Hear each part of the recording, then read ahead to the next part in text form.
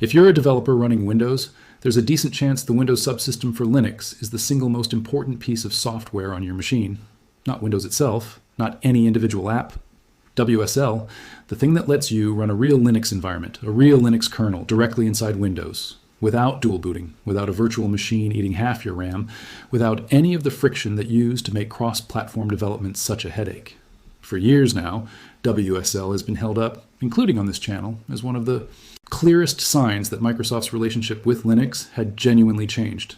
It's the tool people point to when they say, see, Microsoft really does love Linux now. It's baked directly into Windows itself. It's been actively developed and expanded for the better part of a decade. And it's the reason a huge number of developers can justify staying on Windows at all rather than switching to a Mac or dual booting into a dedicated Linux machine. For a lot of people, WSL isn't just a nice-to-have feature.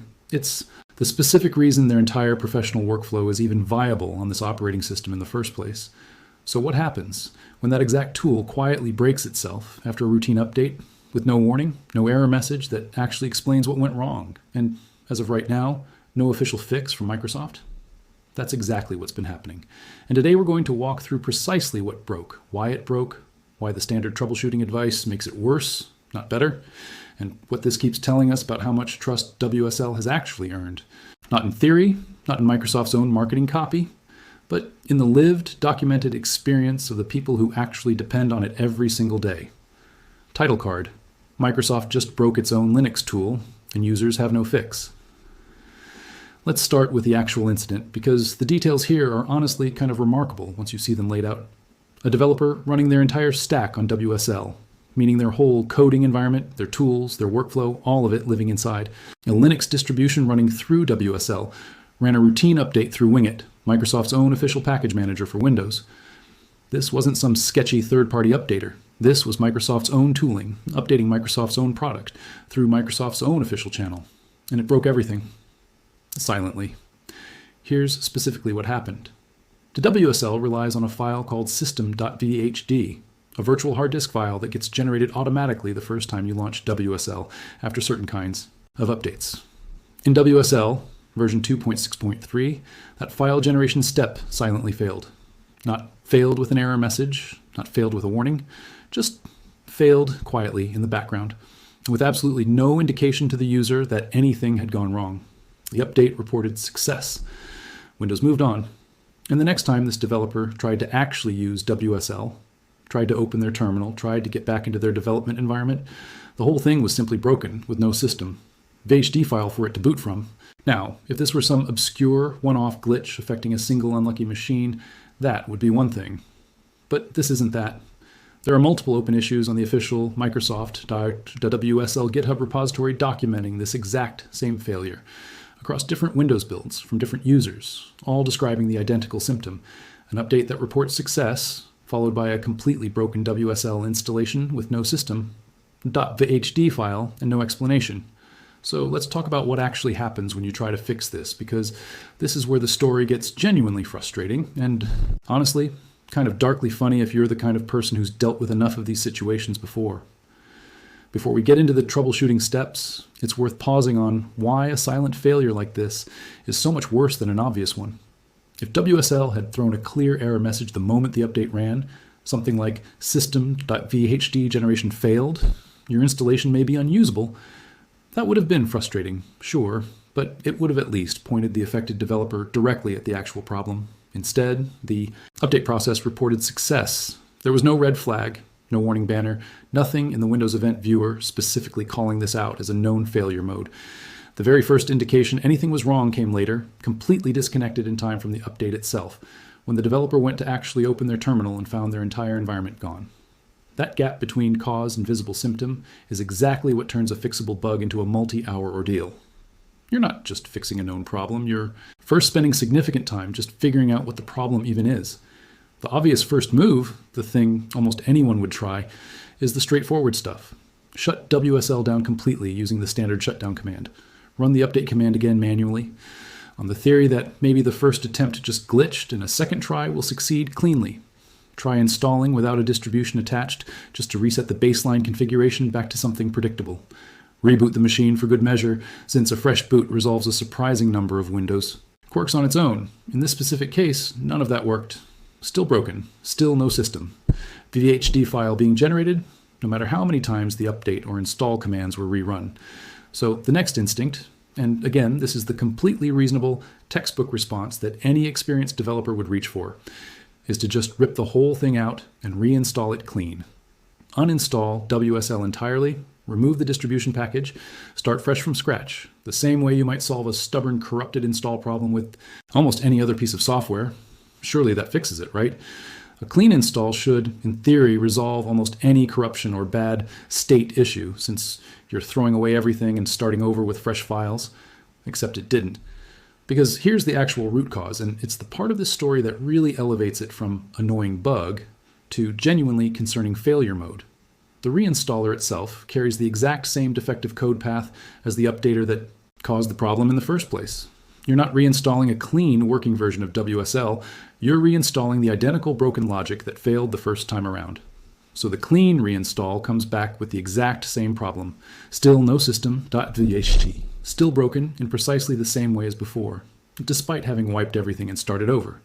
At this point, most people's next move would be system restore. Windows' built-in tool for rolling your system back to a previous working state. This seems like it should be the safety net, the thing that finally gets you out of this mess. But it actually makes things worse in a subtle way that's easy to miss until you're already deep in the problem. System restore rolls back user space components, meaning applications, settings, files, but it leaves the underlying Windows kernel sitting on whatever build it's currently running. And WSL, specifically because it depends on Hyper-V kernel drivers to function, ends up in a situation where the user space pieces think they're one version and the kernel is running a different version. That mismatch creates a new problem that's actually harder to diagnose and fix than the original broken system. .vhd issue was in the first place. So what actually works? According to the developer who documented this whole ordeal after burning about 2 hours on it, the real fix is to skip straight past all of that and go directly to DISM, the deployment image servicing and management tool built into Windows, specifically running a restore health operation followed by a full system reboot, and then manually invoking your specific WSL distribution by name to force it to properly reinitialize. That's the actual working fix, not the update command, not the reinstall, not system restore, a fairly obscure command line only Windows repair tool that most casual users have never heard of and would have no reason to think to try. And here's the broader lesson this whole mess points toward, one that goes beyond just this one specific bug. If you're someone who runs your entire development stack on WSL, the responsible move going forward is treating your WSL environment the same way you treat any other critical piece of infrastructure, with regular, deliberate backups. Specifically, using the built-in WSL export command to save a complete snapshot of your distribution out to a tar file stored somewhere off your system drive entirely, ideally on a monthly cadence at minimum, and absolutely before running any update cycle that touches WSL. Because when, not if, based on this pattern, the next update-related failure hits, having a recent export sitting there ready to restore from is going to save you dramatically more time than trying to troubleshoot your way out of a silent failure after the fact. Now, I want to zoom out here, because this specific incident from March of this year is genuinely useful as a case study, but it's far from an isolated one-off. This is part of a much longer, much more consistent pattern of WSL breaking after Windows updates, and I think laying out that full history is actually the more important part of this story. Because a single bad update is a bug, but the same category of bug recurring across half a decade is a pattern, and patterns tell you something about priorities. Go all the way back to 2020 and you'll find Windows 10's cumulative update KB4Y1756, a security patch that was specifically meant to fix a problematic SSD issue that had been plaguing users, which ended up breaking WSL2 entirely for a chunk of users, throwing an element not found error that left people locked out of their Linux environments with essentially no warning that the security fix they needed was going to cost them their development setup. At the time, this was treated as a genuine surprise, and unfortunate but understandable side effect of a complex operating system with a lot of moving parts. Move forward a few years, and you find the exact same shape of problem showing up again and again on the official Microsoft.WSL GitHub issue tracker. Users reporting that after installing routine Windows updates, running the Ubuntu app or any other installed distribution suddenly throws registration errors, with messages like WSL register distribution failed, and cryptic hexadecimal error codes that mean essentially nothing to the average developer trying to get back to work. These reports span multiple different Windows versions and builds, which tells you this isn't a single narrow edge case tied to one specific configuration. It's a recurring category of failure tied to how WSL's registration and virtualization layer interacts with the broader Windows update process. Fast forward to more recent history, and the pattern hasn't slowed down. Just this past July, Microsoft disclosed CVE 2026-57968, a high-severity local privilege, escalation vulnerability affecting WSL2 installations from version 5.0.0 all the way up to, but not including, version 2.7.8. And here's the part that makes this particularly frustrating for regular users. This critical security fix does not arrive through your normal Windows Update channel. You have to manually trigger a WSL-specific update yourself to actually receive the patch, which means anyone who assumes their machine is protected simply because they've been diligently installing their regular Windows security updates is, in this specific case, dead wrong. The safety net people trust, I keep Windows updated, so I'm covered. Or it simply doesn't apply here, and Microsoft's own messaging around this has been easy to miss if you're not specifically watching for it. Buried in release notes rather than surfaced as an urgent action item the way a vulnerability of this severity arguably deserves. And separately from that security patch entirely, Microsoft has also had to acknowledge that recent Windows 11 security updates have been causing VPN networking failures, specifically for enterprise users running WSL.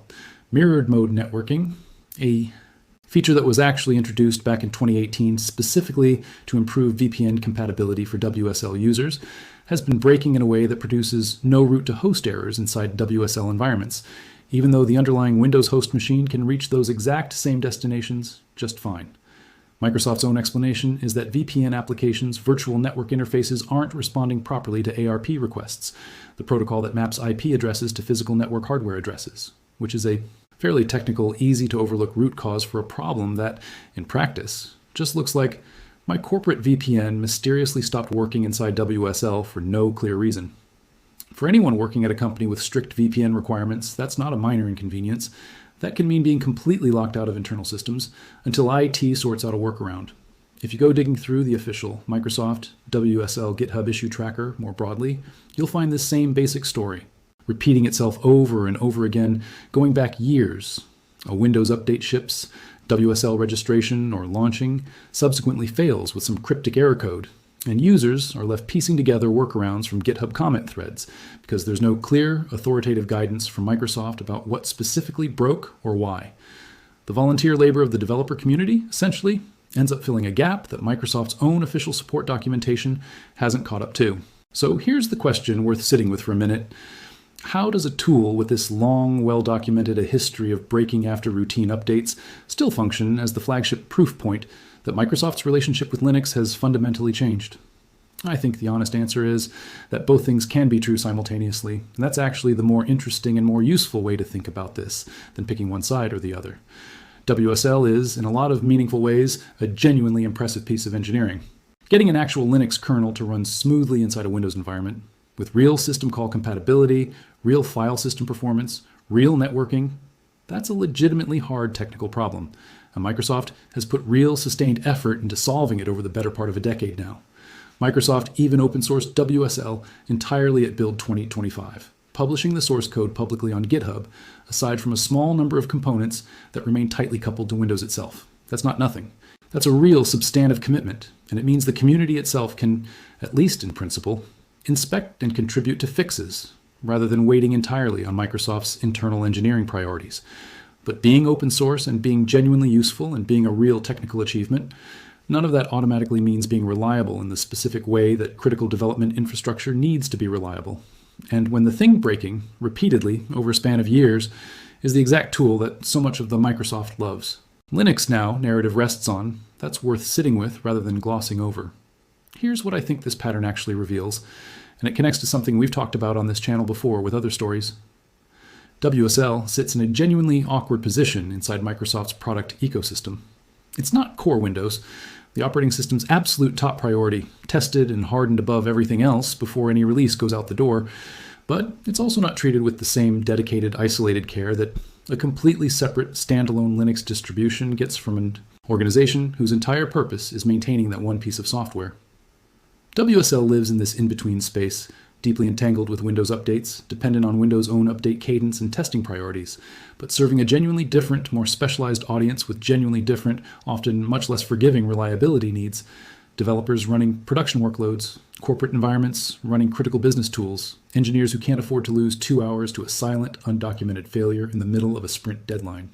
When a security update needs to ship quickly to protect the broader Windows user base, which, sensibly, is always going to be Microsoft's top priority, since that's the vastly larger population by orders of magnitude, WSL-specific testing seems to have a consistent pattern of not getting the same level of scrutiny before release. And when something breaks as a result, the fix tends to be reactive rather than proactive. A GitHub issue gets filed, a community workaround eventually gets documented by someone, burning their own personal time on it, and sometimes, eventually, Microsoft folds a proper fix into a later release, often without much public acknowledgement of the underlying cause. But the pattern of update ships, WSL breaks, users troubleshoot on GitHub while Microsoft catches up after the fact has now repeated itself enough times, across enough years and enough different specific failure modes, that it's fair to call it a structural issue rather than a series of unrelated, unlucky coincidences. It's also worth thinking about who actually bears the cost of this pattern, because it's not evenly distributed. A hobbyist tinkering with WSL on a personal machine for the occasional side project can afford to shrug off a broken update and just wait for a fix. A professional developer whose entire paid workflow lives inside WSL, or a company running critical internal tooling through it, absolutely cannot afford that same shrug. Every one of these incidents represents real uncompensated time lost. Hours spent troubleshooting, sometimes entire days, multiplied across however many machines and however many developers were affected by that particular update. Microsoft doesn't bear that cost directly. The people relying on the tool do. So where does that leave you? If you're someone who genuinely relies on WSL for real work, I don't think the answer is abandon WSL entirely. For most people, it's still clearly the most convenient, most integrated way to get a genuine Linux environment running directly on a Windows machine, and the security and performance work Microsoft has put into it over the years is real and worth taking seriously. But I do think the answer is treating it with a healthy, informed skepticism rather than blind trust. Let's get specific about what that actually looks like in practice, because vague advice, like be careful, isn't especially useful on its own. First, back up your environment regularly using the built-in WSL export command, which packages your entire distribution into a single tar file you can restore from later. Store that file somewhere off your system drive entirely. An external drive, a network location, cloud storage, anything that survives, even if your primary Windows installation gets into serious trouble. Do this on a recurring schedule, at minimum monthly, and treat any upcoming update cycle, especially one you know touches WSL specifically, as a trigger, to do a fresh export right before you update, not after something goes wrong. Second, know the DSM recovery path before you actually need it. Sit down once, in a calm moment when nothing is broken, and familiarize yourself with running DISM's restore health operation, understanding what it does and how long it typically takes, so that if you do hit a silent failure like the one we just walked through, you're not discovering this tool for the first time while also panicking about a deadline. Third, be specifically skeptical around any update cycle. And don't assume that because your regular Windows update history looks clean and current, your WSL installation is automatically safe and up to date. As we just covered with that July CVE, that assumption can be flatly, dangerously wrong. WSL security patches in that case required a separate manual trigger entirely outside the normal update flow that most users rely on without a second thought. And fourth, if you're managing WSL across multiple machines in a team or enterprise setting, it's worth documenting these specific failure modes and recovery steps somewhere. Your whole team can access a shared wiki page, an internal runbook, whatever your team already uses, so that when the next person on your team hits this exact wall, they're not starting from zero the way the developer, in our case, study was. None of this is complicated once you know it, but none of it is obvious either until you've already been burned by it once, which is exactly the problem with silent failures in the first place. To wrap up where we actually stand right now, WSL remains one of the most genuinely useful cross-platform tools Microsoft has ever shipped, and it's had real security patches, real feature improvements, and a real open source release behind it, but it also has a long, well-documented, and ongoing history of breaking after routine updates, from cumulative patches years ago to a March 2026 Wing It update that silently failed to generate a critical system file, to a July 2026 security patch that doesn't even arrive through the normal update channel, to VPN networking failures hitting enterprise users. Right now, And as of today, there's still no comprehensive official fix or safeguard from Microsoft that actually prevents this pattern from happening again next time. It's worth being clear about what we're not saying here too. This isn't a story about WSL being fundamentally broken or not worth using. The vast majority of the time, for the vast majority of users, it works exactly as intended. And that's precisely why it's become such a default part of so many developers' workflows in the first place. The story here is narrower and, in some ways, more useful than a blanket condemnation would be. A specific, recurring, well-documented category of failure exists. It has real costs when it hits. The standards. Troubleshooting instincts often don't work, and it can even make things worse, and there's a concrete, low-effort way to protect yourself against it, regardless of whether Microsoft ever fully closes the gap. That's the kind of practical takeaway that's actually worth acting on, rather than just another reason to feel generally anxious about your tools. And here's the part that I think is worth sitting with for a wider audience than just developers. This same underlying question: does open sourcing a tool and saying the right things publicly actually translate into the reliability that tools users need day to day? Is a question worth asking about a lot of Microsoft's Linux-facing initiatives right now, not just WSL specifically. It's the same tension we've talked about before with dual boot breakage, with secure boot certificate transitions, with teams quietly failing on Linux browsers. Good intentions and even genuine technical investment don't automatically produce dependable outcomes for the people actually relying on the software every day. That gap between stated intent and lived experience is exactly the thread worth pulling on, video after video, on a channel that spends this much time in the space where Microsoft and Linux meet. If you've been burned by a WSL update breaking your dev environment out of nowhere, tell me exactly what happened down in the comments. What error you got, what actually ended up fixing it for you, and how long it took you to figure it out. Some of the best follow-up stories on this channel have come directly out of these comment threads, and I genuinely like to build out a clearer, crowdsourced picture of exactly how widespread this specific pattern really is across different Windows versions and different WSL builds. If you found this useful and you want more of this channel's ongoing coverage of where Microsoft and Linux intersect, sometimes smoothly and sometimes very much not, go ahead and subscribe. Hit the bell so you catch the next one the moment it goes up, and I will see you in the next video.